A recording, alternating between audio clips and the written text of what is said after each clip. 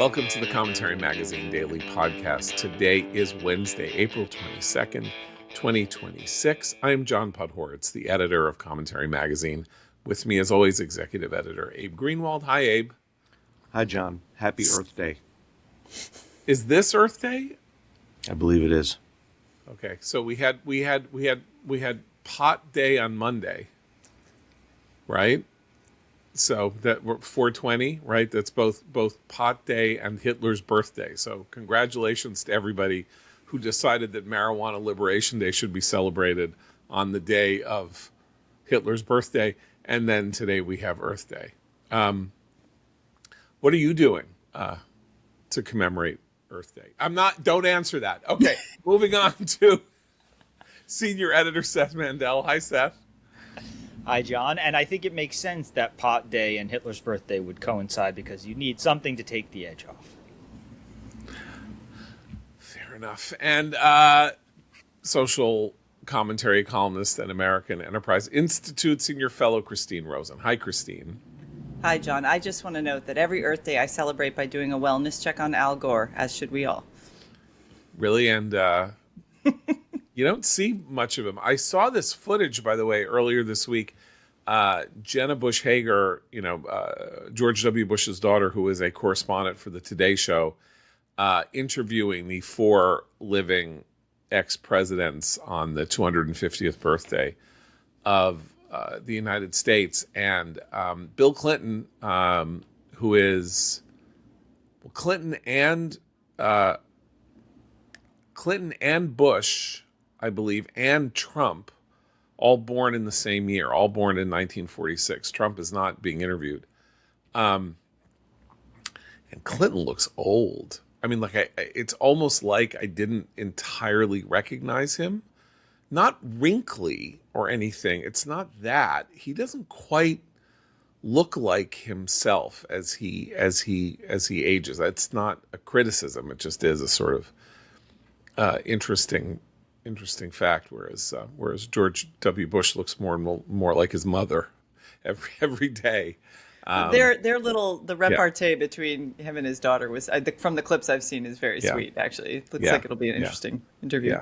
Yeah, and Biden looks even more like that Jeff Dunham old guy puppet. Like every day, he looks more and more like the Jeff Dunham old guy puppet, whose name I can't remember. Anyway, so because we mentioned Al Gore, and I don't think I've seen Al Gore in the flesh or on broadcast or anything like that in a long Hence time. Hence the wellness check. I mean. Oh yeah. Okay. Well, let us know when you have that happen. So a naval war has begun in the Strait of Hormuz. We have turned back 8 ships. According to reports yesterday, 8 Iranian ships were met with the American blockade and were turned back. And 3 ships this morning, the Iranian news agency claims, have either been fired upon or seized or basically brought into dock or onto shore. And so Trump has said he is extending the ceasefire, but there's no ceasefire if the Iranians are actually firing on ships, apparently to no real result. Like this was just sort of like warning shots or something. Nobody was injured. No damage was done to the ship, supposedly.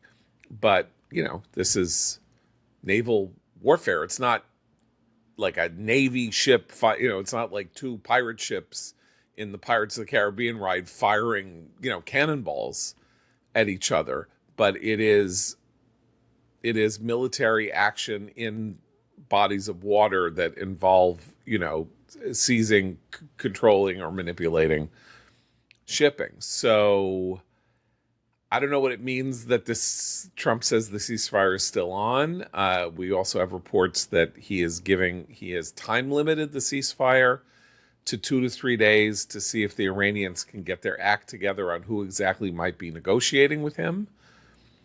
We have all kinds of weird reports about how the IGRC, the Iranian Revolutionary Guard Corps, has essentially taken over the government. Islamic Revolutionary Guard Corps. Excuse me, Islamic Revolutionary Guard Corps has taken over the government, has arrested the Speaker of the Parliament and the Prime Minister. That's unconfirmed. Has taken there was a story, Jesse Waters reported last night on Fox, that the Ayatollah, whom we understand to be in severe medical straits, has been taken hostage. Who knows? J.D. Vance is still in Washington. He didn't fly to Islamabad. So if there are talks, they don't involve the high-level players. We don't know who their players are, who we can negotiate with.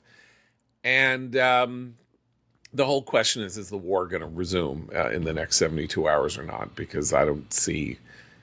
I think if the war doesn't resume, the question of whether or not Trump will be starting to blink will really be uppermost in people's minds, because he stopped it, and he then said that the streets were closed, and they are closed, but now the Iranians are also closing them, and all right. So that's my completely incoherent setting of the table. The Times has a story this morning with just that headline, that the Iranians, Trump blinked first. That's the narrative setting in. It's the sort of thing that usually provokes him into doing something, into taking action.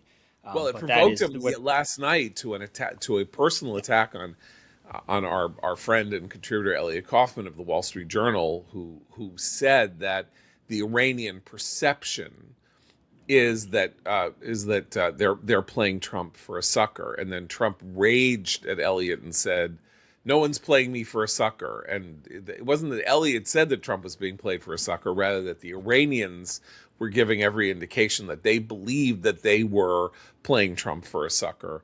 But that I wouldn't call that a Talmudic difference. It's pretty there on the surface, but it was invisible to Trump, who really didn't like a headline saying that the Iranians think they're playing him for a sucker.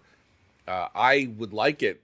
I like it that he is being let known that the Iranians think they're playing him for a sucker, so at least he understands what their game is, that they're playing a different game from the one he thinks they ought to be playing, which is they ought to be looking around and saying, we're being ruined and destroyed, and we have no hope of any kind of military, prevailing in any kind of confrontation, so we ought to wave the white flag. And they're like, that's not the game we're playing. We're playing a different game. I like that.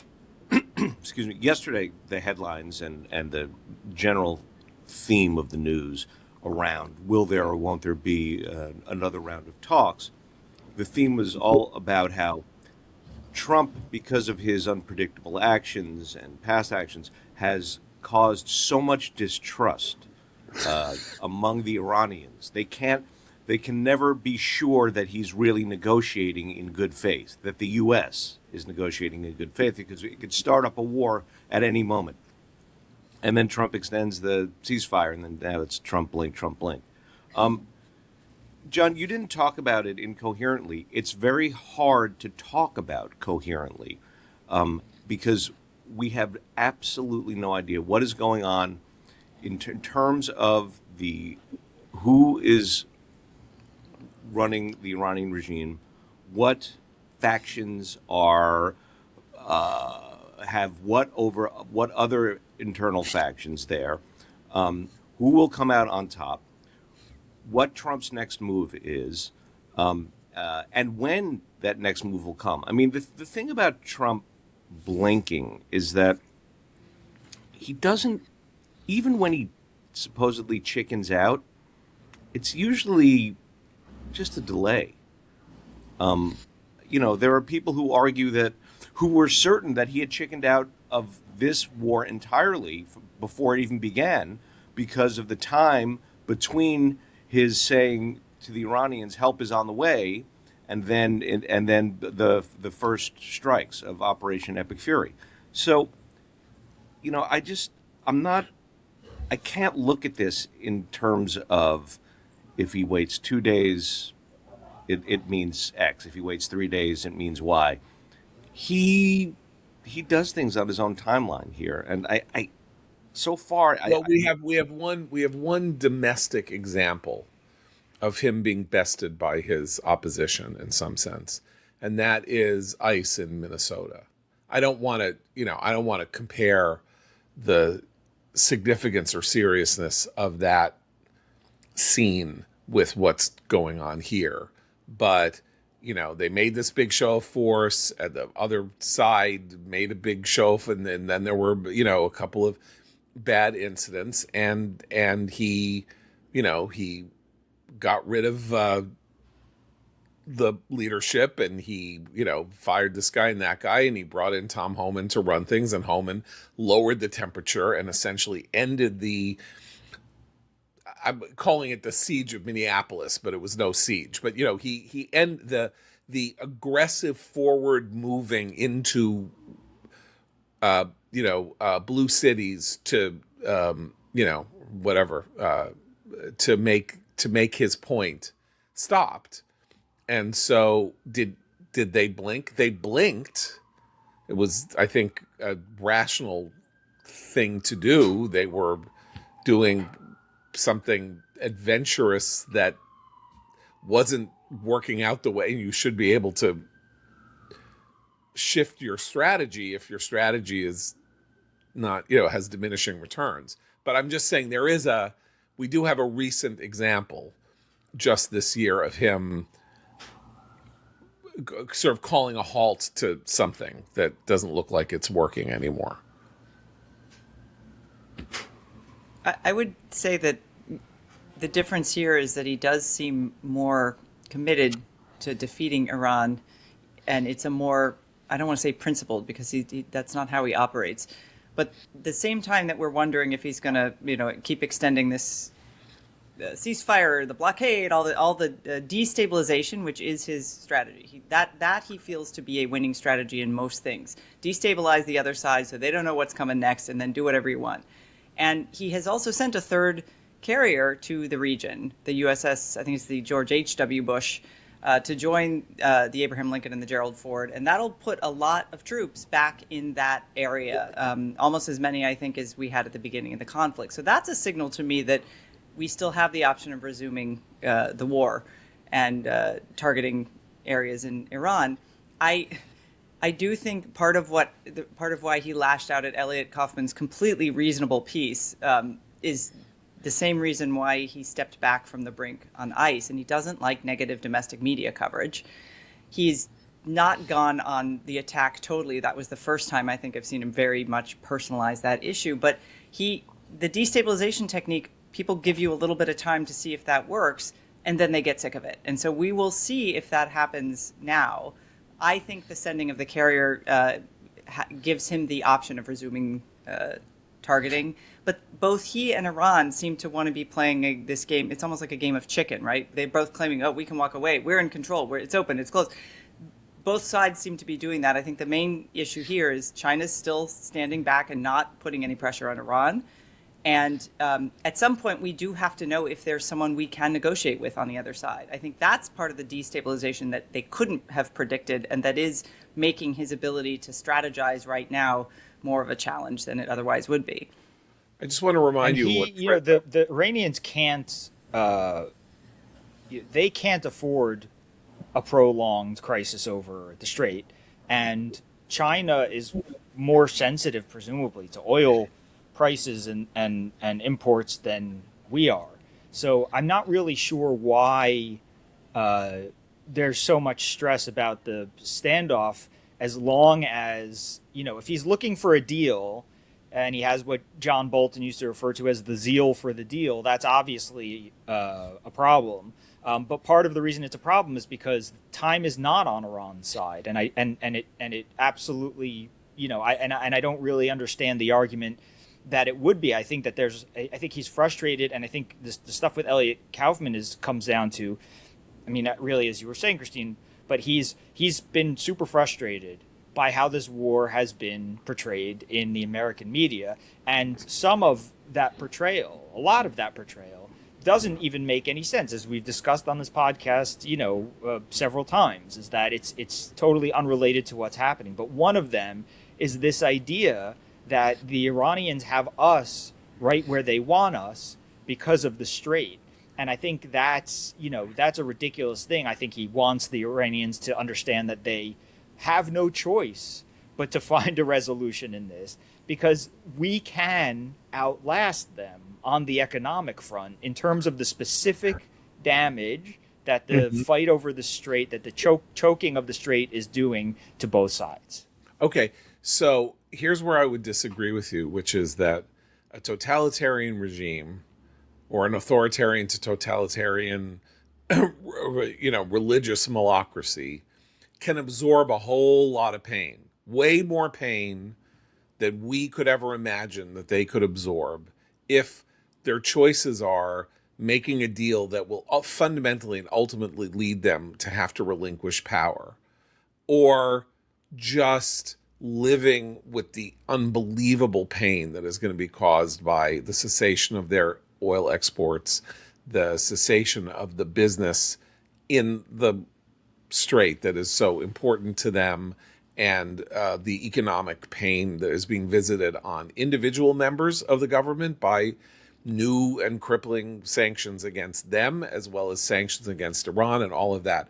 They're willing to slaughter tens of thousands of their own citizens. They are willing to immiserate millions upon millions of their citizens in order to cling to power. If they believe that any capitulation to Trump means an inevitable kind of regime change, they will hold out as long as possible. It's not that they have us where they want us. The only thing that they have on us is that we are increasingly impatient, and the polling, they can read what we can read. NBC's poll has Trump at 33%. 30% of Republicans now disapprove of the war in Iraq. That number was 10% 2 weeks ago. If you believe that these polls are accurately registering anything that really matters to the public. And so they don't have us where they want us, but they can take a lot more punishment, and the question is, can Trump? Which is an interesting transition point to the question about what happened last night in Virginia, which we'll get to, but I just I'll make the point about it, and then we can talk about Virginia, which is Trump is in a weird position. He's got terrible poll numbers. He's got almost 3 years left to remaining in his presidency, and it's really hard to be an unpopular president. On the other hand, he's not running again. On the other hand, it seems to now be a pretty much open and shut case that Republicans are going to lose the House. In a weird way, that gives him more freedom of movement than any president before him in a circumstance like this. He is not going to face the voters again. He will not be there. The Democratic Party's chances of taking control of Capitol Hill in both houses, thus leading to, unbelievable pain with impeachments and even, possibly success, whatever. I mean, even they'll take over the House and they'll impeach him, but the Senate won't deal with it. The news in the Senate, in my view, seems to be that Democrats have a very, very, very rough road, even to imagine that they can get to 51 seats in the Senate because of Graham Plattner's mishegas in Maine, and because of some of the stuff we talked about yesterday with the Democratic Senate race in Michigan. Michigan, they need as a hold. Maine would be one of the seats that they had to take. They need to win 4 in order to 3 or 4, I can't remember which. And it's not looking like, because they're going extreme in some of these primary battles, it's not looking like they're going to get there. So Trump doesn't have to worry about removal or having both houses of Congress going at his jugular. And so I don't know. It's like, he probably doesn't no one likes being unpopular, but I don't know what pain is going to be inflicted on him by keeping the war going. His polls aren't going to get much worse than this. So he should the only way out is through. See if you can change flip the script, change the narrative by winning, not by negotiating. But do you guys, I mean, that's my analysis of the situation, but that maybe I'm wrong. I'm perfectly happy to entertain the notion that I'm wrong. You're on mute, Abe. I agree with you on that. But I think the other thing that factors into Trump's thinking here is just the fact that he always wanted a short time limited war. Having, regardless of what happens in the midterms, that was his plan. He loves that plan. He doesn't like an extended war.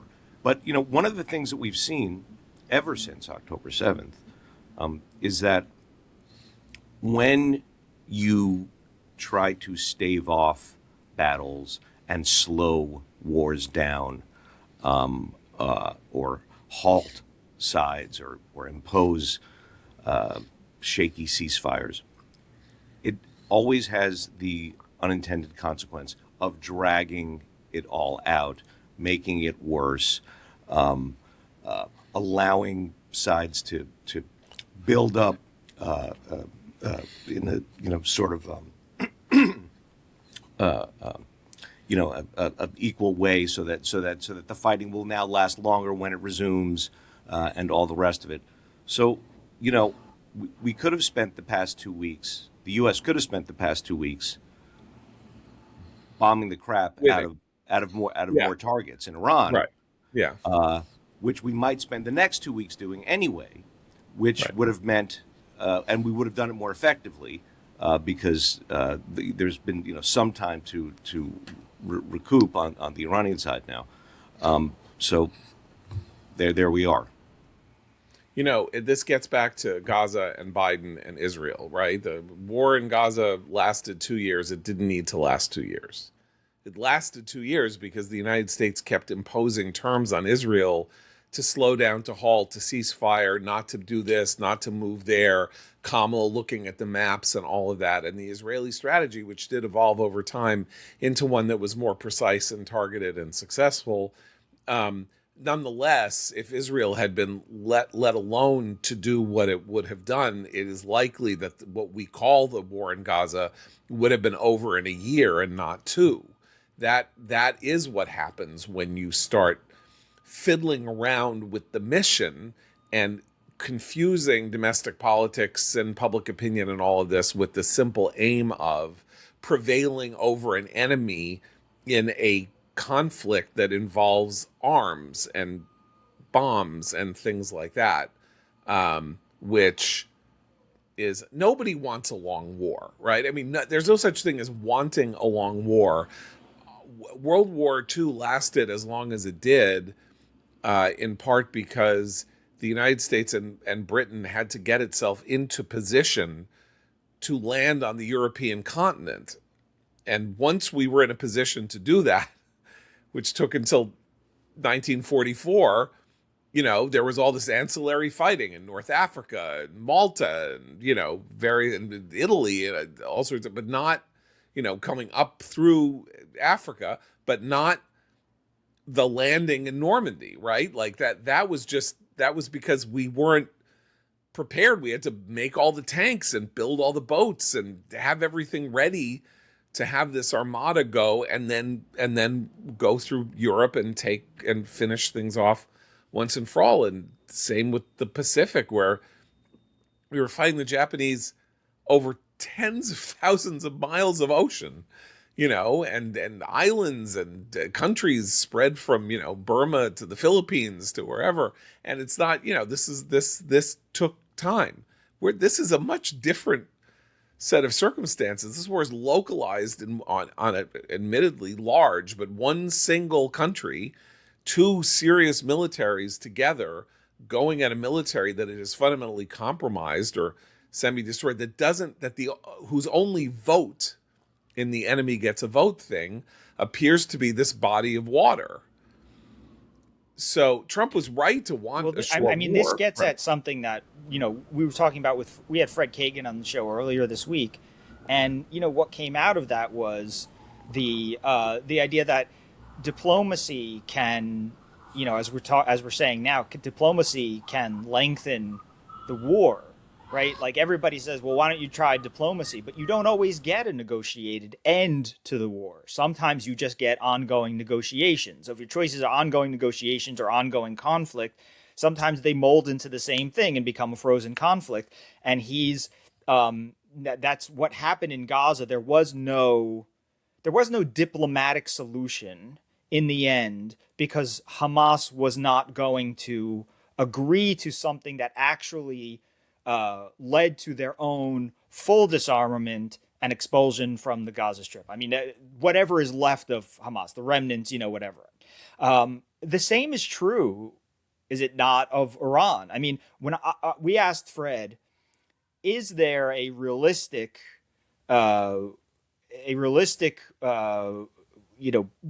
process that could verify that Iran is in compliance with whatever deal we strike with them over their nuclear material? And he basically said no, right? I mean, he was, he's sort of like, oh, I suppose this, but Fred's answer was basically no. There's really no deal that would accomplish what we want to accomplish and that the Iranians would also agree to and then comply with. So it feels like I'm not really sure what we're looking for here in a deal, but to me, a deal is always an off-ramp for us, not for them. The deal is always an off-ramp for us because we're not a deal. The right deal doesn't exist. If the Iranians are willing to allow their own country to bleed out over choking the strait, then they're certainly willing to drag out negotiations about, who takes control of what nuclear dust and when and whatever. So that's the thing, is that there does, just like in Gaza, there does not appear to be a deal that you can hold up and say, okay, this would do it, and both sides would agree to it. And therefore, it sounds to me like there's no deal. The pause, though, this is important, I think. I'm glad you brought that up. The pause does give, even if Iran is in a much weaker position than the United States, and I think this is what we're seeing in the last few days, the pause gives Iran a chance to escalate the conflict in different ways that do benefit them. It doesn't mean that the ultimate end is going to look any different, but I do, and then we have to respond to the escalatory move, and that's what we are doing with the ships. And I think John's right to kind of call it an undeclared naval war. That could continue to escalate. So then the negotiation point begins at where we are now, not where we were a week ago. And for Iran, that makes it look like more of a player than it might otherwise look like. And so I think that whatever their strategy is, which we don't know, they are still keeping their chess pieces on the chessboard, even if they only have one or two left. And that's where I think the brinksmanship that Trump has found and the belligerence and the chaos that has worked for him in other contexts has a shelf life for this conflict. And not just because of the domestic political context, but because of the particular kind of enemy he's facing across the chessboard this time.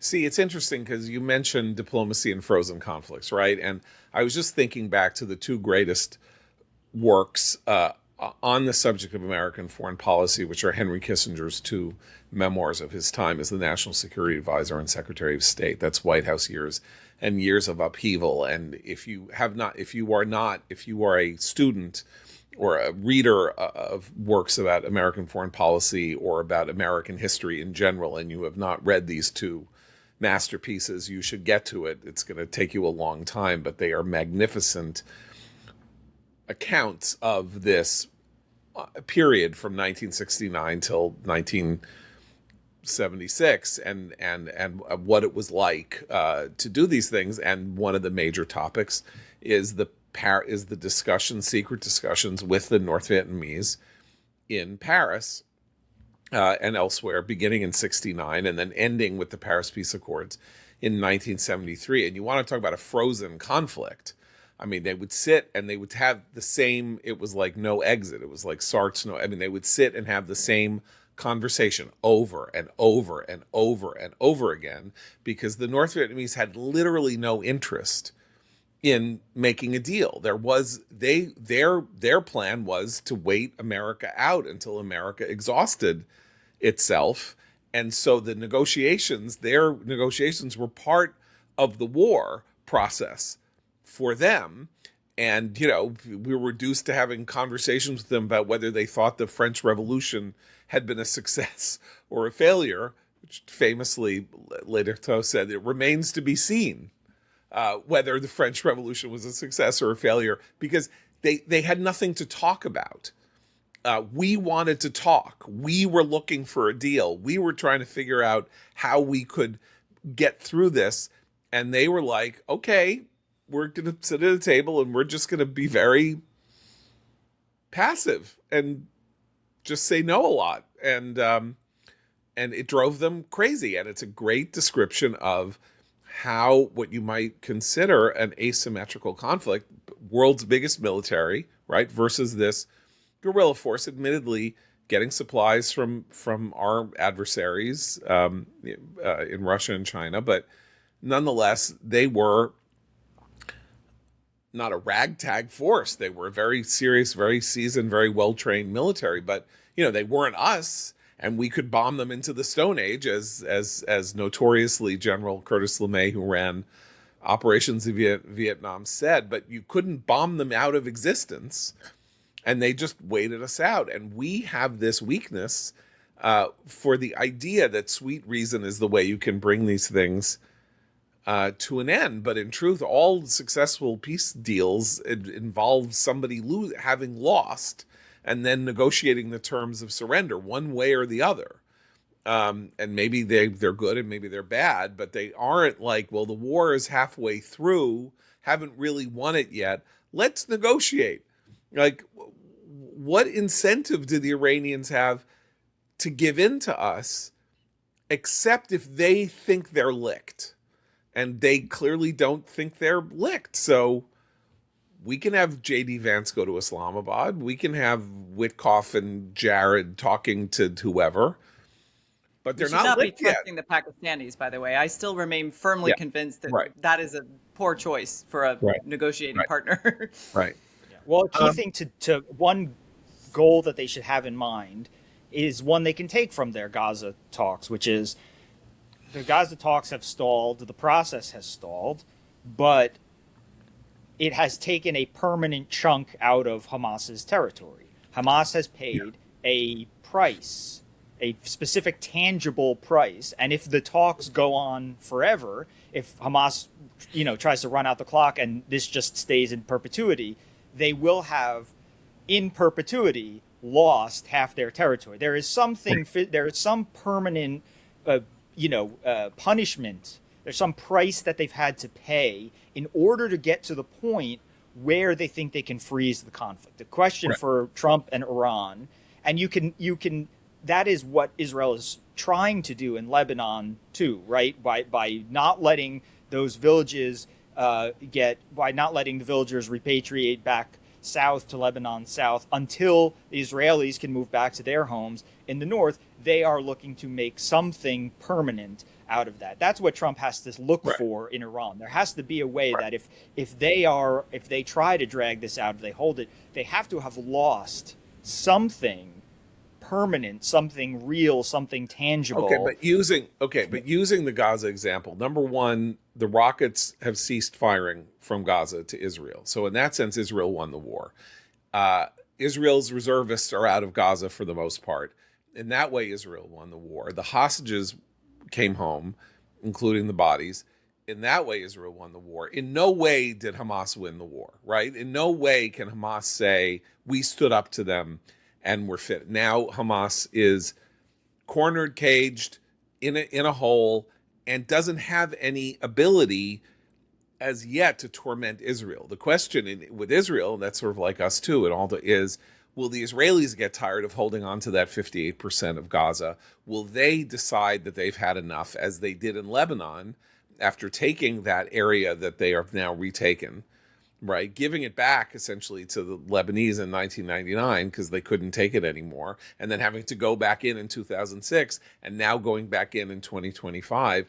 Israel doesn't want to occupy Gaza. Israel doesn't want to occupy that land south of the Litani River in Lebanon. That is not its goal. It's not its imperialist aim. It does so as a protective measure, and doesn't have any commitment, ideological commitment to holding on to that territory. And so it's a democracy, and this is at some point going to become a political issue inside Israel. The weird thing is I keep saying, we're negotiating with ourselves. We're having this peace deal, or Trump is negotiating with himself in exactly the sense that you talk about, Abe, which is he didn't want a long war. The war is now longer than he wanted it to be, and he is going to have to take a deep breath and sigh and say the war will be as long as it has to be for us to achieve victory.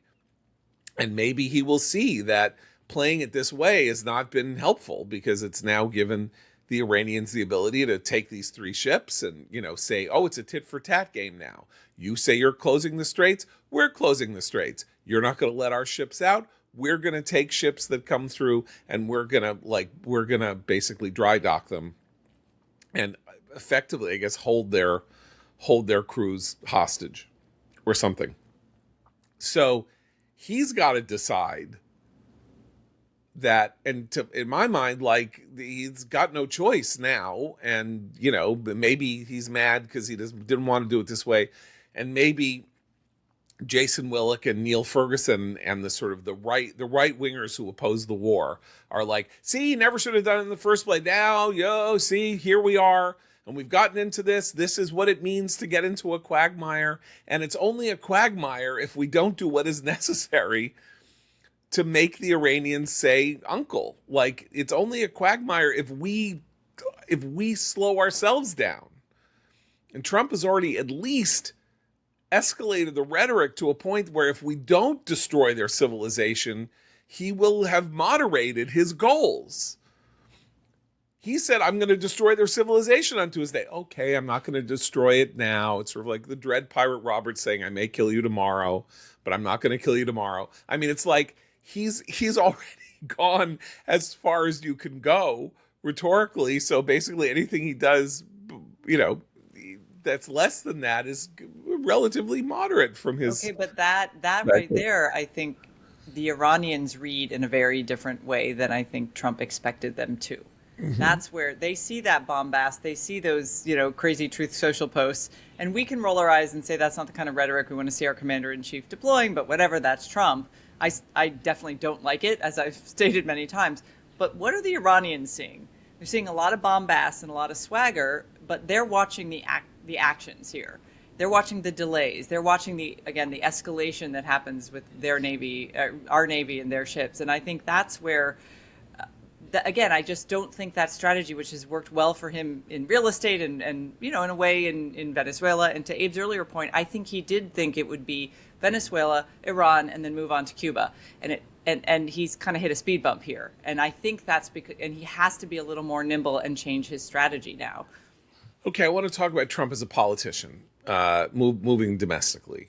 Trump and the Republicans as politicians here, because I think there's an interesting comparison of Trump to Obama in this sense, which is that Trump, turns out, is a genius at getting himself elected president. He did so in 2 radically different ways, under 2 radically different sets of circumstances. One, he wins, even though he loses the popular vote. Second, he comes back after January 6th, after the indictments, after everything else, and wins the popular vote, and wins exactly what he won the last time in reverse. So he's a genius at getting himself elected. No one has ever done anything like this before. You know who else was like this? Obama. Obama, an unbelievable, unparalleled genius. He comes out of nowhere. He takes down the most famous person in American politics who was supposed to sail through to win the presidency. He has a very potent first 14, 15 months as president that end up being politically disastrous for his party in 2010, losing the House by 63 seats. And so he shows that while his ability to get elected president did not then translate into his ability to help his own party, by the time he leaves office in 2017, have lost more than 1,000 elected seats, state, local, and federal, over the course of his presidency. But in 2012, wins a reasonably not as commanding a victory as in 2008, but he wins by 4 points. You know, he wins what looked like a tied election. He actually won relatively comfortably. A genius at getting himself elected. And then in 2014, the Senate loses 9 seats in the Senate and essentially loses the presidency. His party loses the presidency afterwards. Trump, coming into office as a political actor, mover, shaker, playing around, both in and out of office, who he wants to be run for Senate, what he wants to do, and then all of this stuff with redistricting, mid-term, mid-decade redistricting. So he makes sure that Republicans don't take the Senate in 2022 with his psychotic preference for lunatic candidates with like split personality disorder who were great football players and stuff like that. He doesn't win the Senate. And he champions this mid-decade redistricting effort that starts in Texas. And he has just had his second massive defeat in this, or the Republicans have now suffered their second massive defeat in these redistricting. Won the referendum in California last year, and now the successful vote here, also a referendum, I guess, in Virginia to lead to essentially a net gain of 4 or 5 seats in November. So the redistricting in Texas leads to counter redistricting efforts in California and in Virginia, and they're going to get 3 seats in Texas, and they're going to lose 10 or 11 between California and Virginia. And I just think it's another mark of the fact that while you can have somebody who is a genius at getting himself elected, his own instincts and the way he leads his party can lead them to disaster and potential ruin. Well, there's a Florida is going to join the fight, right? Ron DeSantis is going to try to save the redistricting wars. But also, you know, but Florida's got a real problem. Florida actually has an anti-gerrymandering law that if the mid-districting gerrymander goes through, it will almost certainly be overturned by a court. So that was my next point, which is that one of the things that they're not looking at here, at the big picture, is the fact that Trump and the Republicans have initiated a process in which the control of the House is going to end up being decided by state courts. All of these are going to be challenged. Some of them are going to go through, some of them are not going to go through. I don't know if the Virginia thing is going to go through, but part of what makes the Virginia thing more likely to stand, I guess, is that it's temporary, that they passed an amendment that temporarily allows the nonpartisan commission, right, to do it, and then in 5 years it goes back, or 4 years it goes back to, you know, every 10 years the nonpartisan commission does it. It's not a permanent reshaping of that, but it also in its own way kind of admits that it's not really the right policy, but it's a constitutional matter. Whatever it is, this stuff, like how far into this have Trump and his attorneys and the people who wanted this war, how far have they looked into this? It doesn't seem like this seems more like the Iran war that the media describes as happening and less like, this seems like the one that Trump went into with a head of steam and without real preparation, because in the end, they're going to have to rely on what state courts say on which ones will hold and which ones won't. And if they all hold, Republicans will end up coming out ahead. That has to include Florida, but they're obviously not all going to hold. And this was an element of the fight that the Democrats seemed prepared for and Republicans didn't. They're closer to a draw from what I understand, because did Colorado do some redistricting? I mean, they're at kind of a draw, which Florida could take them a few votes ahead. Utah lost there's a redistricting thing in Utah that will end up giving the Democrats somehow a seat Right. And so that helps the The Democrats. thing that's also that we should note here, though, is that I mean, both sides absolutely draped in hypocrisy with regard to any arguments about gerrymandering. So we just should acknowledge that, and also voters don't really necessarily like this way of doing politics. And you saw a lot of confusion among Virginia voters, a lot of what is going on? Why is a district that used to be here now the constituency is traveling? The representative would live hours away from where most of the constituents live. People don't tend to like this blatant power grab that's done by both sides. So I would say we should factor in addition to the likely court challenges that Seth mentioned, the idea that this is going to disgust voters of both parties. This is just not a good way of doing politics, and both sides are now heavily invested in moral grandstanding about gerrymandering that no one believes. Look, I mean, it already has had this corrosive effect.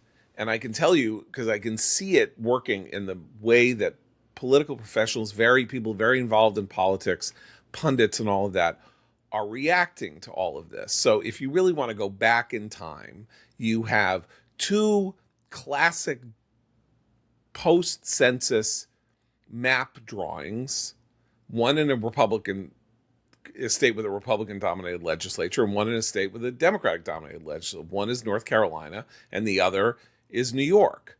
And these redrawings were grotesque. And courts said no, particularly in New York.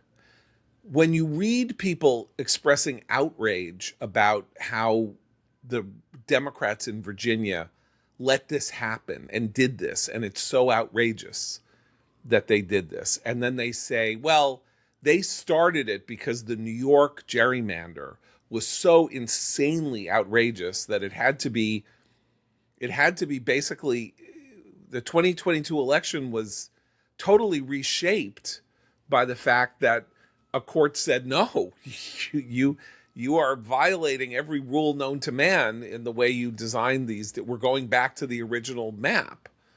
Then you can do it again after the election, but you've already, done something that is just not acceptable. Or was that 24? I don't remember which year the effect happened. That's conventional gerrymandering. That's end of the decade. You have the census, you get the count, and then the politicians play their games and do a draw a map, and then you take it to court if you think it's unfair. That is not the story in Texas, California, and Virginia, or Florida. This was, we're going to do it anyway. We don't have a census. We don't have new data. We don't have the Constitution saying you need to redraw the districts every 10 years based on the census. We're just doing it as a power move. And the Texas people went to the voters and said, we're doing this as a power move because look at the horrible thing that they did in New York. These Democrats, they can't be trusted. They're antinomian. They'll do anything. So you know what? We should do anything. And then the Democrats in California and in Virginia are like, look at these Republicans. They're doing mid-decade redistricting. They'll do anything. They'll be antinomian. So, we can't unilaterally disarm. And you know what? What's interesting is California's twice the size of Texas. So when it passes a redistricting measure, it's going to be better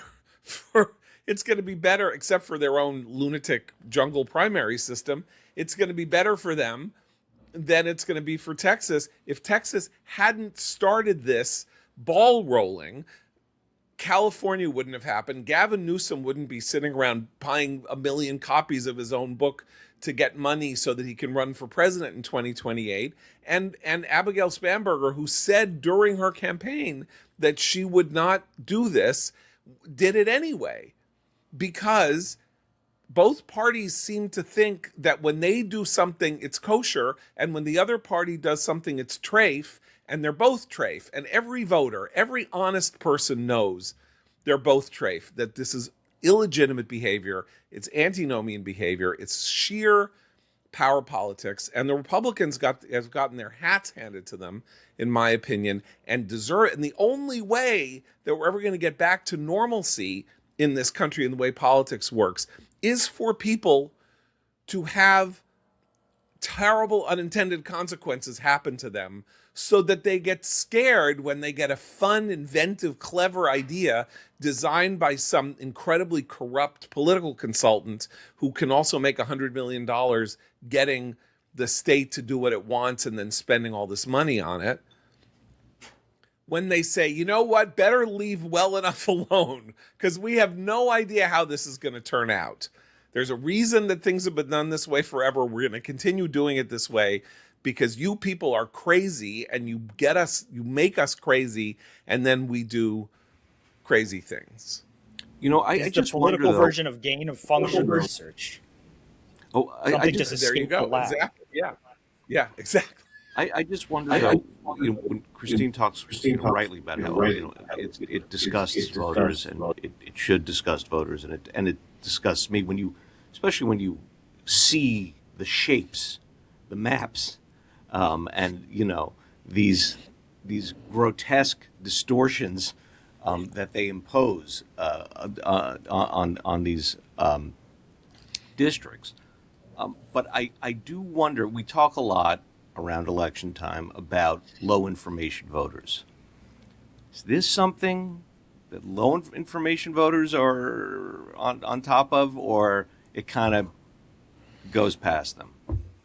Look, according to Patrick Ruffini, the vote yesterday was the most rightward-leaning vote in Virginia over the past 4 election cycles. That in fact, Republicans made their case to voters that this was illegitimate. And so the vote that has been going leftward shifted rightward, just not enough. I think they won by 3 points or something like that.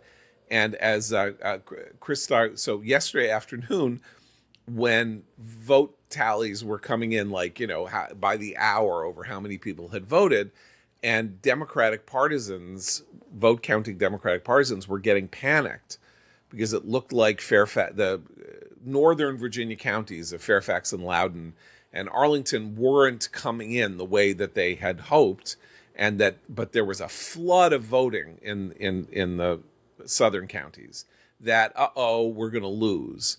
And I was texting with Chris Stirewalt, and he said, but the Democrats got that ocean of early vote out of Fairfax and Loudoun, and they're going to end up winning because the early vote is going to dominate, or is going to be enough.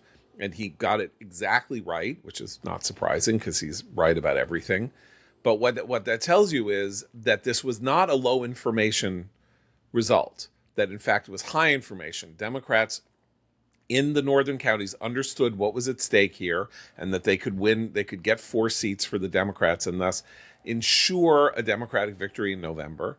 And Republican voters in the South turned out in droves to try to stop this from happening. But there are just more Democratic voters in Virginia than there are Republican voters, and the shift didn't get them over the hump. So and the Democratic, I just would add, the Democratic messaging here was savvy in that they said Trump's trying to ruin midterm elections, basically play unfairly in midterm elections. And if we don't do this, he'll do the same thing here in Virginia. That's right. A pretty powerful and persuasive message when his approval rating is so low. Yeah, and it's exactly what Newsom said in the referendum in California.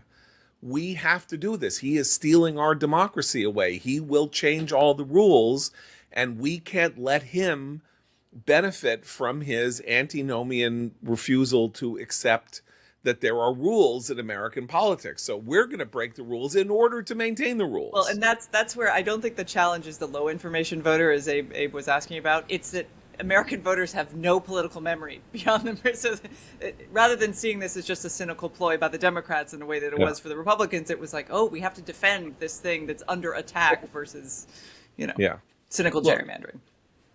American politics, now I'm going to use an insane analogy, right? The Bartholomew Cubbins book by Dr. Seuss. So if you remember Bartholomew and the Oobleck, so every time there's this group of magicians that the king has that keep doing these crazy things, And Bartholomew was like, you really shouldn't let them, you should be careful about them. But there they are, and they do these crazy things. Both parties have these clever, intellectual, perverse gamesmen who are like gamers with politics. And they come up with all kinds of clever, interesting ideas that are really exciting to them. And it turns out that politicians and parties these days are uniquely, in American history, interested in playing. As I say, usually it's like, we know what the rules are, we're following the rules, we have our system of dealing with the rules. So everything you can think of, from, in my view, the birthright citizenship game that Republicans are playing, that the court is about to decide, that whole idea, oh, you know what? There's a phrase and it isn't and here I'm going to come up with my lengthy Talmudic explanation why 160 years of tradition accepting that birthright citizenship is a real thing, it doesn't really count. We're just going to get rid of it. Because look here, and I wrote this paper, and the Humphrey's executor said this, and Bates versus the state of Floridia said that in 1883, and so I'm going to use this phrase and that piece of and overturn everything because I don't like birthright citizenship because the liberals want too many Spanish speakers to become citizens in the United States.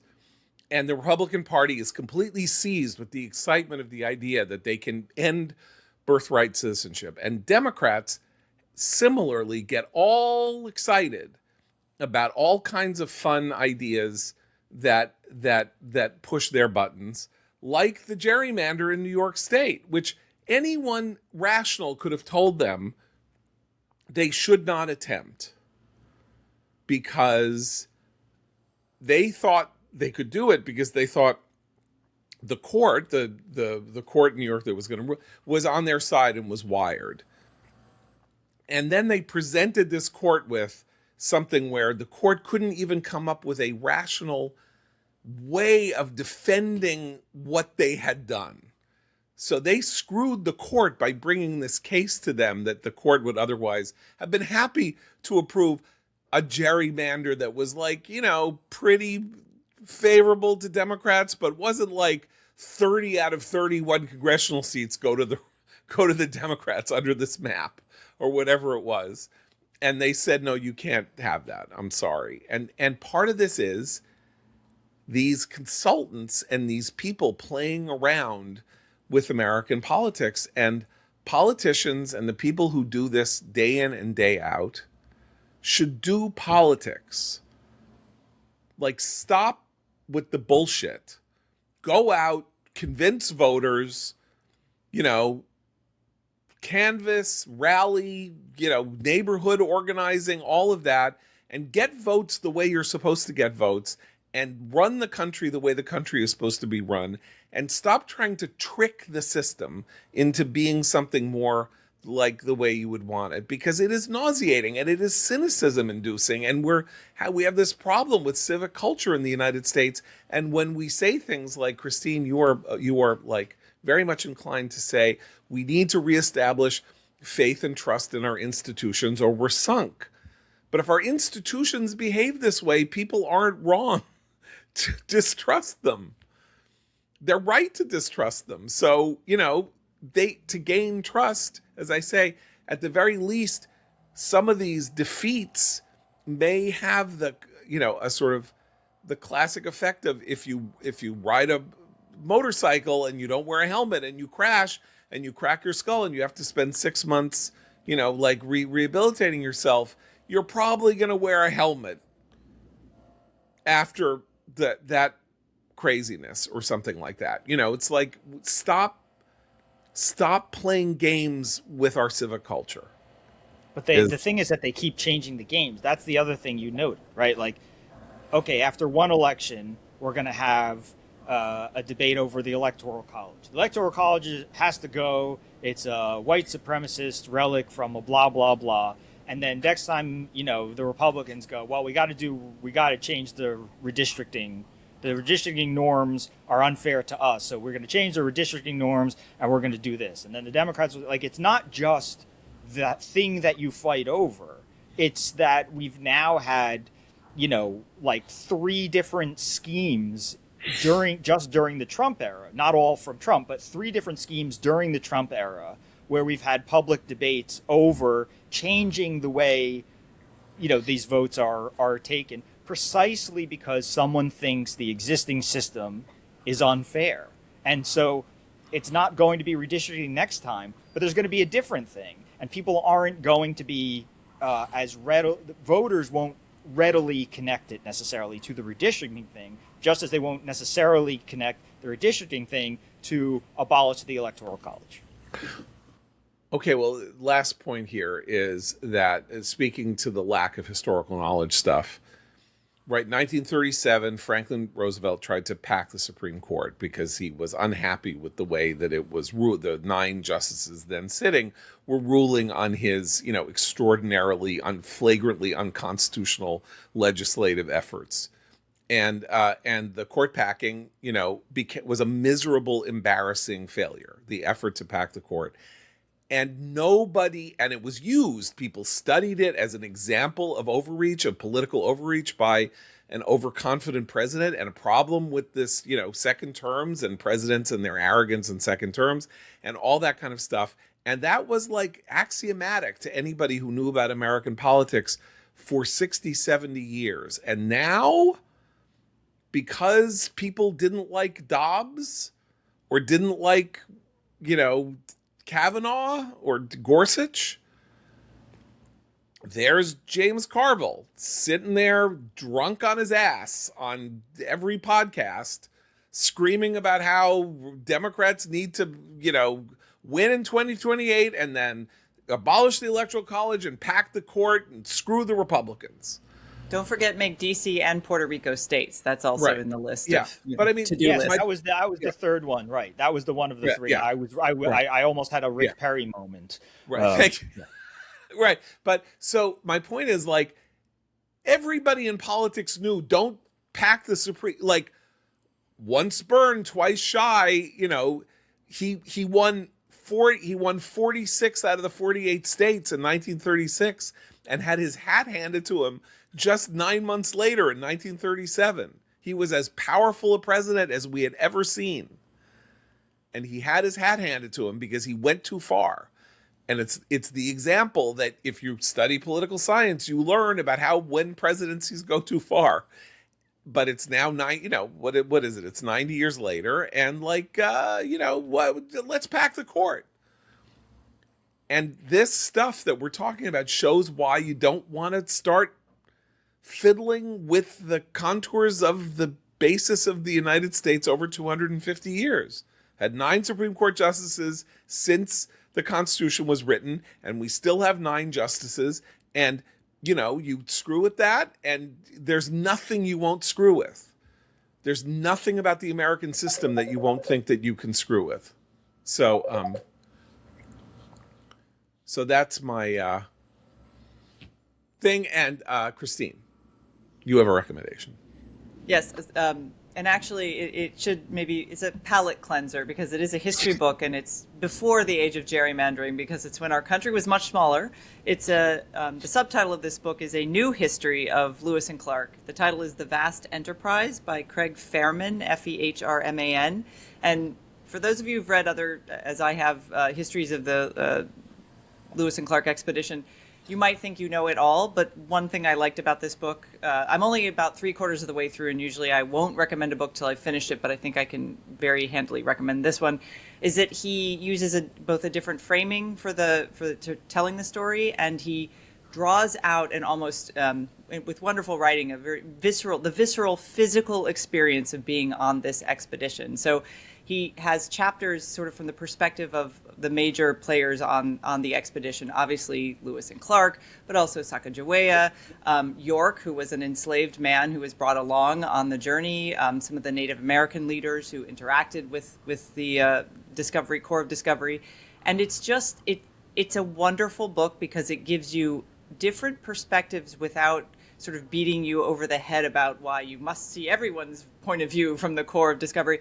But again, I come back to this really compelling way in which he makes you feel just the physically grueling challenge of what these men and women went through to discover these new things. And it was just, you get an insight into sort of the emotional lives of certainly of Lewis and Clark, who left this extensive journal.